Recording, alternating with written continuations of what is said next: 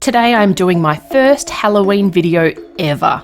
I've got this game of Trouble. Well, actually it's not the true Trouble. It's a cheap generic knockoff called Pop and Hop, but it's basically the same. But the fact it's a cheaper version doesn't really matter because I'm going to be completely pulling it apart and customizing it to have a Halloween theme. I did originally think I'd just paint it, but I'm going all out with clay, grass, foam, lights. I want to make this thing epic. So let's start by sussing out the components of the game I have to work with. Won't be needing these. I want to completely cover and remodel these little markers, but I'll have to make sure they still sit on the board and are playable even after I cover them. The dice popper needs to be kept intact as it's kind of what makes this game unique to other board games. I'll also keep the plastic pathway it's attached to, but the card backing, I'll get rid of it and replace it with this nice chunk of dense styrofoam. This will form the base, and I start out by tracing the plastic pathway onto it. Then, using a craft knife, I cut into the foam, creating all these little rectangle shapes, and use a clay scoopy tool to scrape out the foam. I want to create a recess for the plastic pathway so it will sit flush with the base. It was probably a bit of overkill how deep I was carving this out, but all these little bricks I'm creating actually end up being perfect for another part of the game.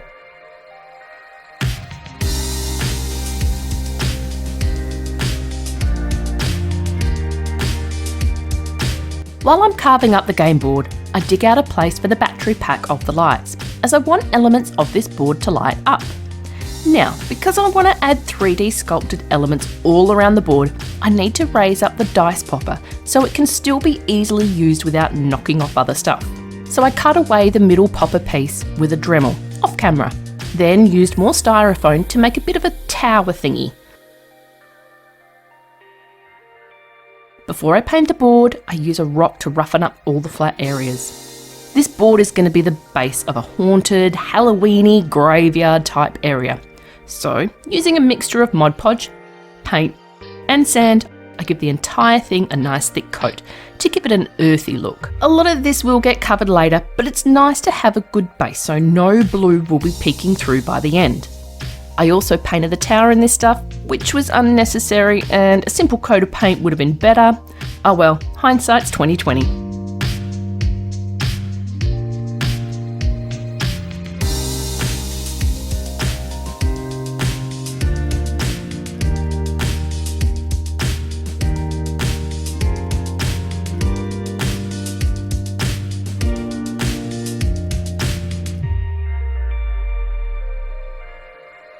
While that thick coat of muddy paint takes 24 hours to dry, I move on to the markers. Oh, bloody crows are back. I want to custom sculpt all of them, but since they're made of plastic and I'll be putting the clay straight onto them, I have to use my air dry clay instead of polymer. Originally, I was going to sculpt 16 ghosts and paint them with 4 different colours, but it's too boring sculpting the same thing 16 times. So I make 4 ghosts, 4 witches' hats, 4 black cats, and 4 owls. Due to using the air dry clay, I can't get much detail into the designs. Plus, I need to keep in mind that the markers still need to fit on the board and be played, so I can't make them too big. I've got to go against my instinct to do a really detailed sculpt and keep the shapes simple. And I have to say, this was so fun. I normally don't like air dry clay because I love doing details, but there was something very enjoyable about sculpting these simple little critters. I really think in the past I've totally missed the point of this type of clay and the feel of it and how you're supposed to work with it. I'd really like to visit this clay in the future and maybe make some more simple figurines of some sort.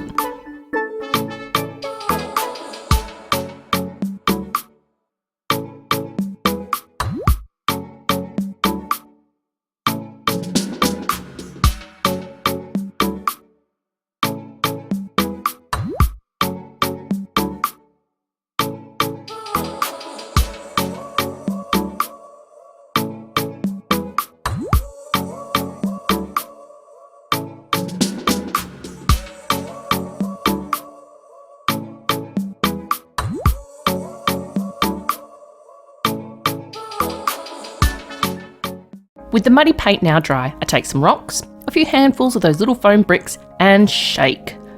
Doing this creates a nice, rough, natural looking brick because that's what these will be. I'm going to brick over the dice popper tower. I Cut them in half first so they will fit on better. Then slowly glue each little brick into place.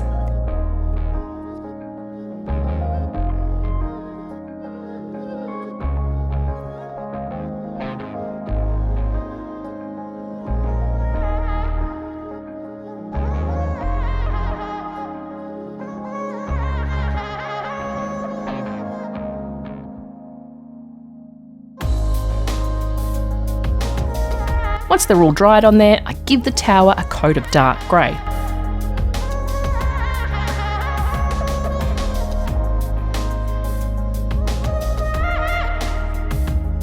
Then I give the whole thing a soaking of black wash, just water and black paint, and dab off the excess.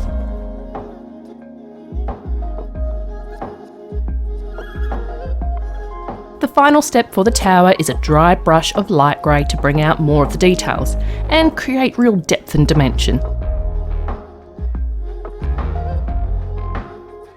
As for the popper itself, the plain clear plastic was a bit boring, so I gave it a spooky, slimy green colour using tinted resin.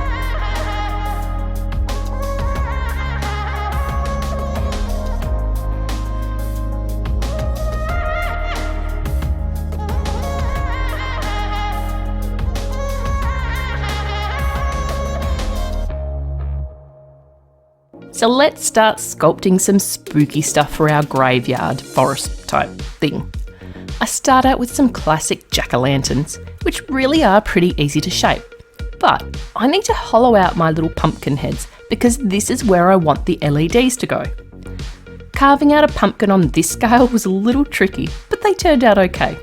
Believe it or not, this is my first ever time pumpkin carving, and it's rather fun. Here in Australia, Halloween hasn't been such a big thing until more recent years. And in my family growing up, Halloween was definitely not celebrated in any shape or form. But I'm really getting into this theme. It's quite fun and different for me.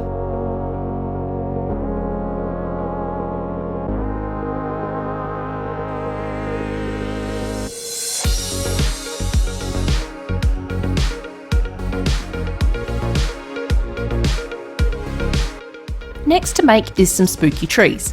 And again, they need to be hollow so I can put lights in them. So I form the trunk around a handle. For the trunk, I use Sculpey, but for the branches, I use the small amount of cosclay I have left. I really need to order some more for more finicky work like this, as I'm scared the branches will break. And cosclay has flex, so should hold up once baked. I've never used these two clays together, so hopefully they will get along. I made another spooky tree off camera and made a normal dead tree using armature wire for the base.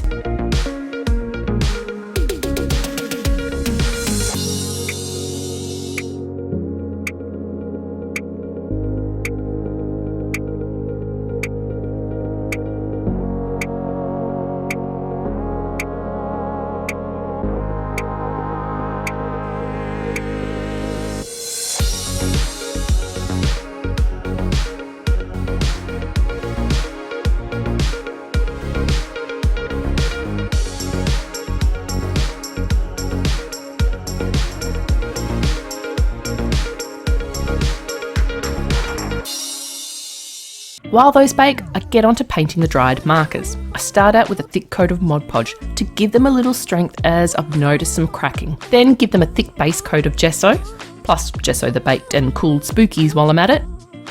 Keeping with the simple design of these markers, they get a simple paint job, just a little shading and limited details like the eyes. I also give them all a light dry brushing just to give them an old worn look.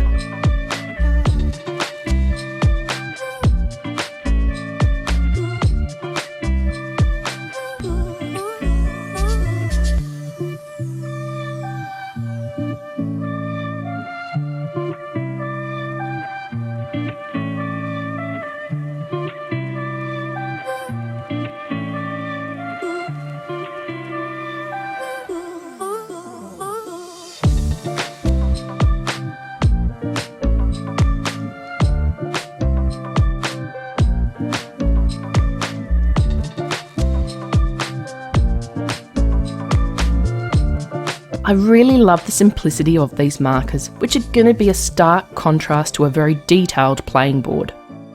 all my little spookies get painted in a dark, muted colour scheme. A dark wash over the top will bring out the details, and a dry brushing later will help too. I have to say, the entire process of customising this game has been highly enjoyable. I had other ideas of what I wanted to do for a Halloween video, which some of them I will still have time to do, but this was a very last minute thing. Truth be told, I've been wanting to customise a game for years, and as I was still waiting on supplies for my planned Halloween sculpture, which my subscribers voted on a bat, I decided to do this, and I'm so glad I did. If you guys like this, maybe, and I mean maybe, I could customise another game? Perhaps Trivial Pursuit? Or Guess Who? I don't know, something to think about.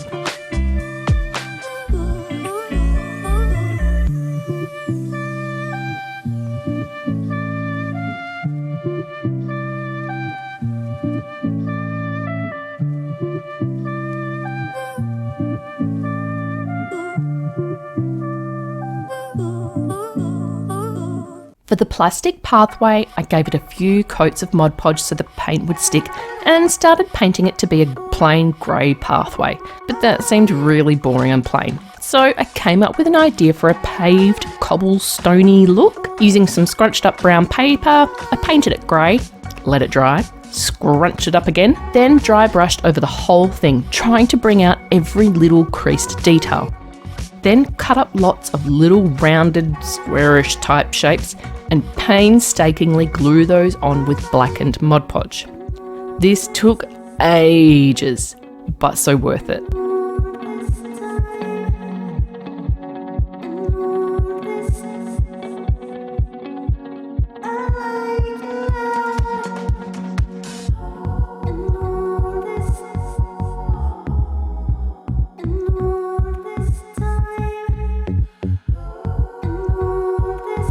Then I gave the whole thing a good thick coat of Mod Podge, and to finish it off, a coat of black wash.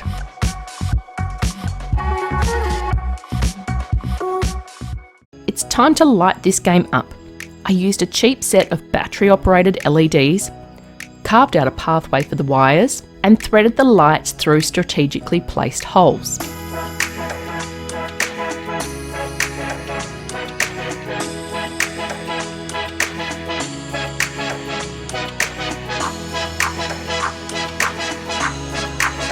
The final lit area is atop the popper tower, and this was probably the hardest bit. Threaded that wire through, wrapped the wire around so it fits snugly in the popper area, and it's done. Next, using hot glue, I attach all the spooky details, carefully placing them over the lights.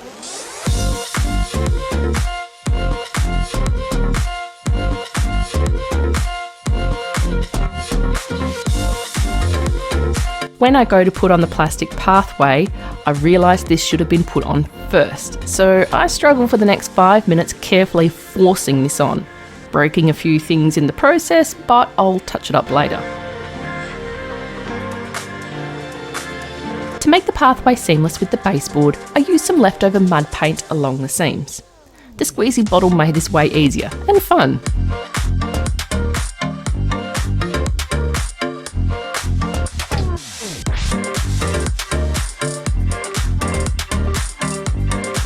Grass, I purchased some miniature model grass, and using my mini flocker, puff the particles not only all over the Mod Podged areas, but all over my desk, my computer, my floor, my lungs. I think I better use a booth to do this next time, and maybe a breathing mask. I've never used this sort of stuff before, and I really underestimated how messy it would be.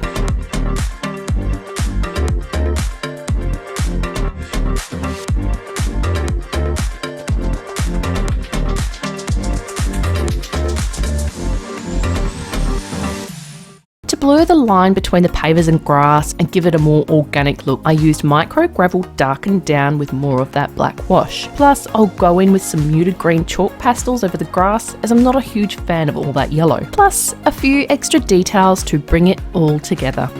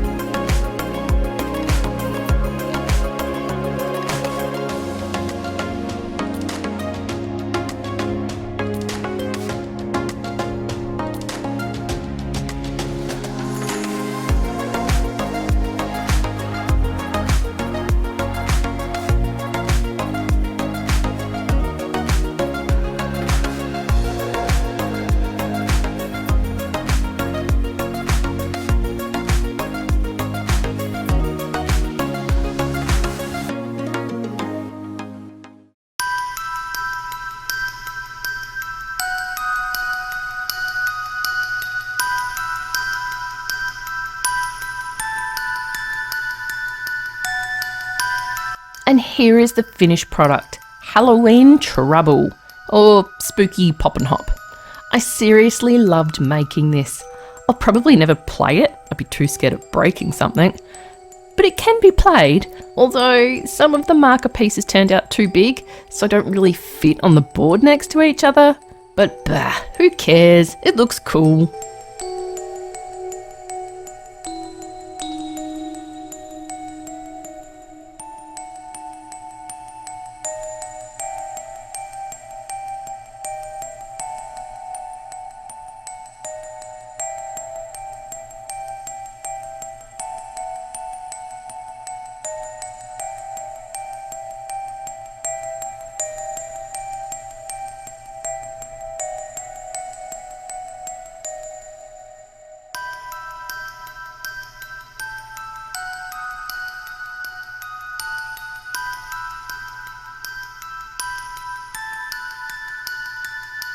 Well, I hope you enjoyed this creation, and if you want to see more like this, let me know in the comments. Thanks for watching, and I hope to see you next time.